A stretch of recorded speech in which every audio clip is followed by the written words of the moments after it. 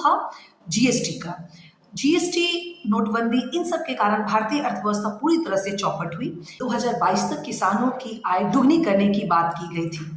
वो तो हो नहीं पाया, बल्कि यहाँ तक कि 2023 चला गया, 24 आ गया, और अभी जब 1 फरवरी को हमारी माननीय वित्त मंत्री ने बजट पेश किया तो उसमें एमएसपी, जो कि बहुत दिनों से, बहुत वर्षों से भारतीय किसान कहते हैं कि किसान इस देश की रीढ़ की हड्डी है और वही देश को संचालित करता है। अगर किसान उगाएगा नहीं तो आम जनता खाएगा क्या? ऐसा कहा। प्यारे का गीत है, इसे हर दिल को गाना पड़ेगा।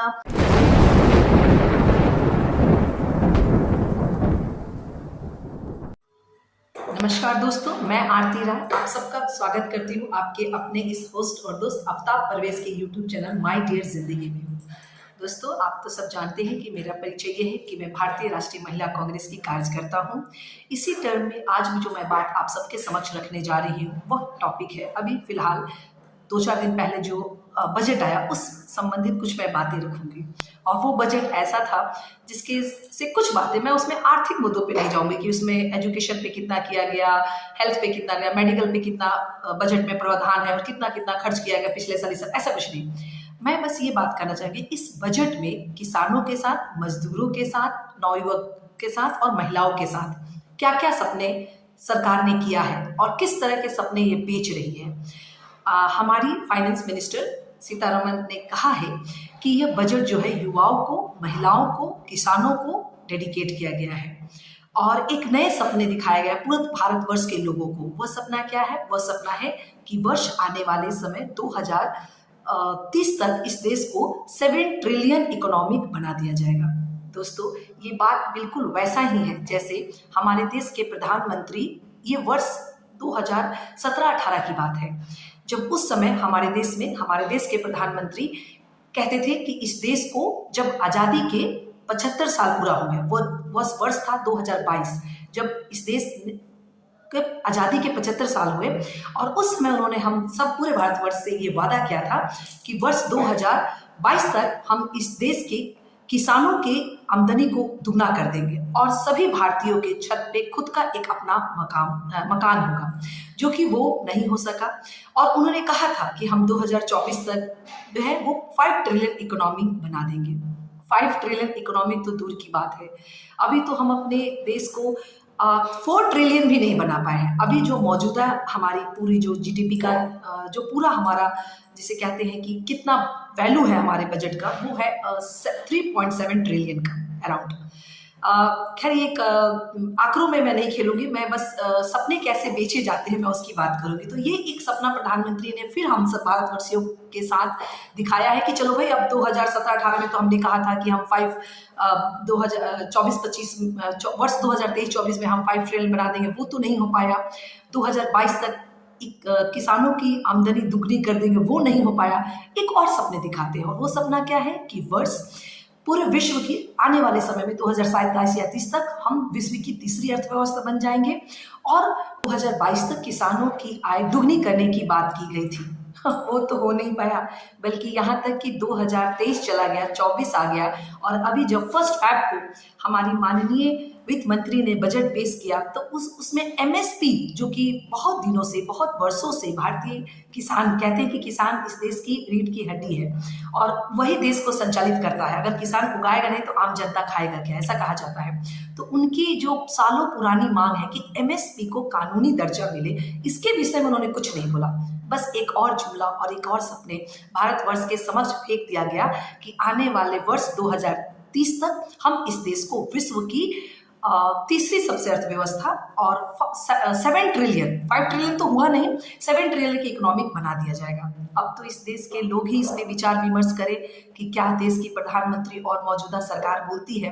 युवाओं की भागीदारी पे भी इस बात पे इसमें जोर दिया गया। किसानों के बाद युवाओं की हम बात करते हैं।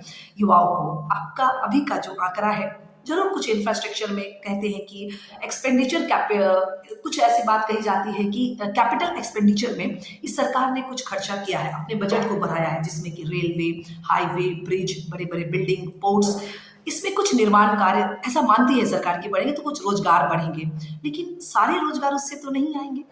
आज देश में क्या अंगिन वीर जैसी योजनाओं को लाके युवाओं के साथ हम न्याय कर रहे हैं? अभी का जो आंकड़ा है वर्ष 2022-23 का, उसमें आपको मालूम है कि सबसे ज्यादा बेरोजगारी किस वर्ग के लोगों के बीच में है? तो 20 से 24 वर्ष के युवा हमारे देश में सबसे ज्यादा बेरोजगार है। युवाओं के पास एग्जैक्ट डाटा क्या है, लेकिन ऐसा कहा जा रहा है कि 45 वर्ष, और मुझे लगता है कि अगर आंकड़ा अवेलेबल हो, जैसे एनडीए के बारे में विपक्ष की हमारी पार्टियां कहती है कि एनडीए का मतलब होता है नो डाटा अवेलेबल, और ऐसा काफी मतलब है। कोई भी डाटा आप अगर सरकार से मांगेंगे तो उसके पास नहीं है। जैसे कि अभी युवाओं के बारे में ऐसा कहा जाता है कि 45 वर्ष में सबसे ज्यादा बेरोजगारी है, और वो एक मैंने बताया कि कितने कितने साल के बीच में सबसे ज्यादा बेरोजगारी है। तो इसको हम अग्निम वीर जैसी योजनाओं को लाके और कुछ इंफ्रास्ट्रक्चर में, कैपिटल एक्सपेंडिचर में खर्च करके तो कुछ और आपको कर कारखाने लाके खड़ा करना पड़ेगा। अब जैसे इस भारतीय अर्थव्यवस्था को सबसे ज्यादा जो झटके इस 10 साल में लगे हमारे अभी का जो मौजूदा सरकार चली उसमें, वो था जीएसटी का। जीएसटी, नोटबंदी, इन सब के कारण भारतीय अर्थव्यवस्था पूरी तरह से चौपट हुई, जिसके कारण जो छोटे मोटे उद्यमी अपना चलाते थे और एक दो लोगों को एम्प्लॉय करते थे वो भी बंद हो गया। केवल मैं ये नहीं कहती कि सरकारी माध्यम से युवाओं को सरकारी नौकरी दे से बेरोजगारी को दिया जा सकता, बिल्कुल ऐसा हमारा मानना नहीं है, लेकिन जो रिक्त पदे हैं उसको तो भरा जा सकता है। और बाकी कुछ इंफ्रास्ट्रक्चर आप पैदा किए, जैसे आप थोड़ा बहुत इसमें कैपिटल एक्सपेंडिचर में खर्च कर रही है सरकार की कुछ से बड़े, बट वो देखते हैं कैसा होता है। किसानों की बात की गई, किसान फर्टिलाइजेशन पे सब्सिडी जो मिलती है उसको कम किया गया है। हाँ, कुछ जो केमिकल्स जो दवाएं मिलती है उस पर घटाया गया है, और ऑर्गेनिक कृषि को बढ़ावा देने की बात कही गई है इस बजट में। आगे हम बात करते हैं, महिलाओं के ऊपर बहुत ध्यान दिया गया है इस बजट में कि महिलाएं जब हमारे पार्टिसिपेशन में आएगी वर्क फोर्स में, तो हमारा ये जो है देश के विकास में बहुत अपना महत्वपूर्ण योगदान देगी। मैं इस बारे में एक आपको आंकड़ा बताना चाहूंगी, और ये बिल्कुल सत्य है कि 2005-06 के दौरान हमारे भारतीय अर्थव्यवस्था में महिलाओं की भागीदारी जो थी वो 32% थी। आज 2020-21 के बाद का जो आंकड़े हमारे पास अवेलेबल है उसके अनुसार उनकी भागीदारी मात्र 19% बची हुई है। तो क्या इससे हम महिलाओं के साथ उनकी भागीदारी को सुनिश्चित कर सकते हैं जो अभी आंकड़ा है इस हिसाब से? तो मुझे तो लगता है कि बस ये कहने की बातें हैं, बहुत बड़ी बड़ी कहने की बातें हैं कि हम समान लोगों को रोजगार उपलब्ध कराएंगे। ये पूरी तरह से जितने जो सरकारी संपत्तियां हैं उसको एक आम जो हमारे सरकार के खास लोग हैं उनको देने की बात की गई है। और जो अपनी संपत्ति है, अब मतलब एक कॉर्पोरेट लोन, मैंने पहले भी बात किया था कि इस देश में जो उद्योगपति है उनका कर्जा, टोटल कर्जा तो कितना है इस देश में, एक आंकड़े के अनुसार हम पता लगा सकते हैं। तो पूरा जो कर्जा है वो 11.68 लाख करोड़ कॉर्पोरेट का लोन मान किया जाता है। लेकिन किसानों का कितना कर्जा है आपको मालूम है? हमारे देश के जो किसान हैं उनका मात्र 2 लाख करोड़ ये सरकार नहीं माफ कर सकती है। हमारी यूपीए की सरकार थी, उसमें काफी लोन माफ किए गए थे किसानों को 2004 से, और जब भी 2014 तक हम थे सरकार में। और पहला जो हमारा यूपीए फेज 1 था वो बेहतरीन था। कहते हैं कि अगर यह देश एक छोटी सी मैं बात यहाँ पे कहना चाहूंगी, कहते हैं कि अगर हमें 7 ट्रिलियन की इकोनॉमी बननी है, बड़े बड़े विशेषज्ञ बोलते हैं, मैं इसमें कोई बहुत खास बात नहीं बोल सकती हूँ क्योंकि मैं इकोनॉमी की बहुत बड़ी जानकार नहीं हूँ, बट छोटी बातें हैं कि अगर हमें 7 ट्रिलियन की इकोनॉमी बनानी है 2030 तक, या जो भी सरकार का आंकड़ा है 47 तक है पता नहीं, तो एग्जैक्ट 2030 कहती है, तो उसके लिए भारत की जीडीपी प्रति वर्ष मालूम है किस रफ्तार से बढ़नी चाहिए? उसकी रफ्तार दर होनी चाहिए 15% से। जब वो विकास दर हमारी बढ़ेगी जीडीपी, तब हम जाके कहीं 6-7 ट्रिलियन इकोनॉमिक प्राप्त। और आज हमारी विकास दर मालूम है क्या है? आज हमारी विकास दर है 5.6, कुछ ऐसा है। ऐसा हमारा विकास दर है। एक समय था जब हमारे देश का विकास दर जाता 2004, 5, 8, 9 तक, उस समय हम 8 पॉइंट कुछ से प्रति वर्ष जो हमारी विकास दर थी वो 8 पॉइंट कुछ पर ईयर हम करते थे। और उस समय जो हमारे इकोनॉमी को झटका लगा था वो हमारे इंटरनली अपनी योजनाओं से नहीं, जैसे कि इस सरकार के 10 साल के कार्यकाल को हम देखें तो इसमें जीएसटी, नोटबंदी ने बहुत सारी अर्थव्यवस्था को चौपट किया है। तो हमें उस समय जो लगा था धक्का वो वैश्विक अर्थव्यवस्था के में आई मंदी के कारण 2008-9 में इन्फ्लेशन रेट हमारा बहुत ज़्यादा था, लेकिन ग्रोथ हम उस समय भी बहुत, जीडीपी हमारा बहुत हाई था, जिसके कारण हम कहते हैं कि गरीबी रेखा से 23 लाख करोड़ लोगों को हमने ऊपर उठाया था। यह सरकार जब निर्मला सीतारमण जी पेश कर रहे थे तो उन्होंने कहा कि 25 लाख करोड़ लोगों को हमने गरीबी रेखा से ऊपर उठाया। ना जाने यह आंकड़ा उनके पास कहाँ से आया। एक समय था जब देश के प्रधान गृह मंत्री संसद में एक बार कहते हैं कि हमने 60 लाख गरीब लोगों को गरीबी रेखा से ऊपर। देश की वित्त मंत्री जब अभी इंटरनल बजट पेश कर रही थी तो उन्होंने कहा कि हमने 25 लाख कराया। इसमें किस पे हम यकीन करें? हमारे पास तो कोई आंकड़ा ही नहीं है। जैसे हम कह सकते हैं कि एनडीए के बारे में, जैसा कि मैंने कहा कि इसके पास नो डाटा अवेलेबल है। 3 कृषि कानून के दौरान जो कितने भारतीय किसान की मृत्यु हुई उसके पास कोई आंकड़ा नहीं है। वर्क फोर्स एमएसपी में कितने उद्योग धंधे चौपट हुए, भारत सरकार के पास कोई आंकड़ा नहीं है। जब नोटबंदी के दौरान कितने मॉब लिंचिंग के दौरान कितने लोग मरे उसके पास भी कोई आंकड़ा नहीं है। या फिर अभी हम जिस वैश्विक बीमारी से जब गुजर रहे थे तो इसका भी कोई एग्जैक्ट आंकड़ा भारत सरकार के पास नहीं है कि कितनी मौतें हुई कोविड के दौरान। तो इस हिसाब से कहते हैं कि इसके पास तो कोई आंकड़ा ही नहीं है कि सही आंकड़ा क्या है जिसकी तरह से बता सकते हैं कि क्या रियल में हमारे देश की वास्तविक स्थिति क्या है।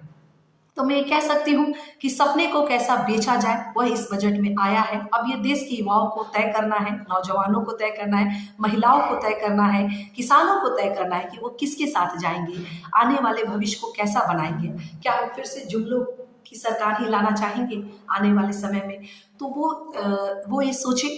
कुछ लोग ऐसा कहते हैं कि केवल सरकारी से हम बेरोजगारी को नहीं दूर कर सकते। ये बात काफ़ी हद तक सही है। जब हमने 1991 के दौरान जब हमारे अर्थव्यवस्था में मूलचूल परिवर्तन हुआ था तो उस समय हमने पीपीपी मतलब ग्लोबलाइजेशन, प्राइवेटाइजेशन और लिबरलाइजेशन लाया था। वो उस समय की ज़रूरत थी। लेकिन आज क्या हो रहा है? आज की अर्थव्यवस्था को हम देखें तो मूल तौर पर आज हम एक्सट्रीम कैपिटलिज्म की तरफ जा रहे हैं। मतलब ज़्यादातर चीज़ों को हम प्राइवेटाइजेशन के हाथों में बेच रहे हैं, पूंजीपति दोस्तों के हाथों में।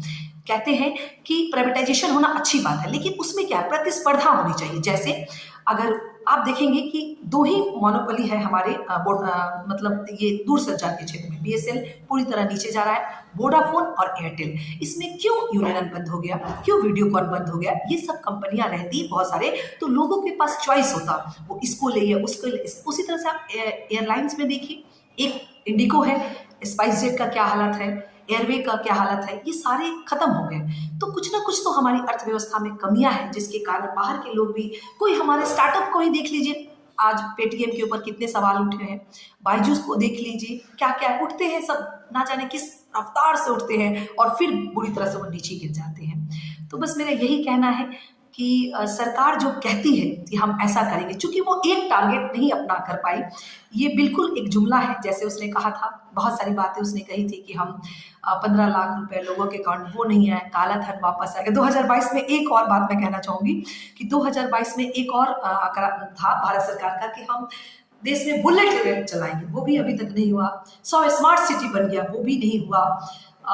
किसानों की आय दुगनी हो गई, वो भी नहीं। अरे दुगनी तो क्या, एमएसपी का गारंटी की कानून नहीं अपना पाए, वो क्या लाएंगे? भूमि अधिग्रहण कानून जो हमने यूपीए के समय लाया था, उसको आने के बाद सबसे पहले उसमें आपने परिवर्तन किया। तो ये जो बजट थी, इसमें मैं टेक्निकल एस्पेक्ट में नहीं जाऊंगी कि इसमें आईआईटी, आईआईएम, एजुकेशन पे कितना खर्च गया, मेडिकल पे कितना दिया गया, आने वाले भविष्य में क्या आरोप है, क्योंकि इंटरिम बजट था। जरूर कैपिटल एक्सपेंडिचर में थोड़ा बहुत खर्च किया है सरकार ने, और एजुकेशन में आईआईएम, आईएमटी में आईआईटी और आईआईएम में थोड़ा बजट कट गया, तो सेंट्रल यूनिवर्सिटी में डाला है। बट मूलतः जो इसमें बात कही गई वो किसानों, नौजवानों और महिलाओं पर, और उसके लिए इस बजट में कुछ भी नहीं है, कुछ भी नया नहीं है। मैं एक छोटा सा, सबसे पहले अगर एक आम जनता की राय होती तो मैं कहती कि माननीय कृषि वित्त मंत्री को उठ के कहना चाहिए कि जितने जो सरकारी पद खाली हैं 30 लाख, वो हम तत्काल भरेंगे। इस तरह की अगर वो बातें कहते तो भारत की अर्थव्यवस्था में कुछ एक उछाल देखने को मिलता। और बहुत सारे आंकड़े हैं जिसके पैमाने पर हम भारत सरकार को नाप सकते हैं कि क्या है। जैसे जीडीपी है, तो जीडीपी हम देख रहे हैं 6 पॉइंट समथिंग जा रहा है। इसमें अलग अलग, जैसे आईएमएफ है, वर्ल्ड बैंक है, उसने अलग अलग आंकड़े लगाए हैं कि भारत की जो जीडीपी होगी वो कितनी होगी, और करीब करीब सभी लोगों ने यही आंकड़ा लगाया है। जैसे वर्ल्ड बैंक का जो आंकड़ा है वो करीब करीब 6.4 का है, आईएमएफ का जो आंकड़ा है 6.3 का है, AD Indian Asian Development Bank का जो आंकड़ा है कि भारत का जो आने वाले वर्ष में जो विकास दर रहेगा वो करीब 6.7 का है। तो इस तरह से यही है, कभी भी कोई भी एक ऐसा आंकड़ा नहीं है जो कहता है कि हम उस 7-8 की रफ्तार से बढ़ेंगे जिसमें जीडीपी 8 पॉइंट कुछ की रफ्तार से थी। तो ये किसी भी तरह से, और मतलब कहते हैं ना कि उस समय ना थर्ड पार्टी, भारत सरकार की किसी कंपनी ने नहीं कहा था कि भारत में 23,000 लाख लोगों को गरीबी रेखा से ऊपर उठाए, बल्कि ये वर्ल्ड बैंक की संस्था ने कहा था, विश्व बैंक जैसी, आईएमएफ जैसी संस्था ने कहा था कि भारत में इतने लोगों को अपलिफ्ट किया गया है गरीबी से। और ये सरकार है जो कृषि गृह मंत्री कुछ और कहते हैं और वित्त मंत्री कुछ और कहते हैं। तो आप भारतवर्ष के लोगों से मैं ये आग्रह करना चाहूंगी कि वो सोचे, वो समझे कि जो सरकार कहती है क्या वो इम्प्लीमेंटेशन करती है। बिल्कुल जुमलेबाजी करती है, और अपना मत देने से पहले सोचे कि हम कुछ ऐसा चुने जिससे हमारे जीवन में परिवर्तन आए। चूंकि आर्थिक मुद्दा था, जाते जाते मैं हमेशा अपने एक वीडियो में कुछ गुनगुनाती हूँ ताकि लाइट किया जाए इस इश्यू को। इकोनॉमिक्स ऐसे भी बहुत भारी भरकम चीज़ें होती हैं, आम आदमी इसको नहीं समझ पाता है, और मैं उसमें कुछ जाते समय एक गीत गुनगुनाना चाहूँगी, और वो ये है कि जिंदगी प्यारी का गीत है, इसे हर दिल को गाना पड़ेगा। जिंदगी प्यारे का गीत है, इसे हर दिल को गाना पड़ेगा। धन्यवाद।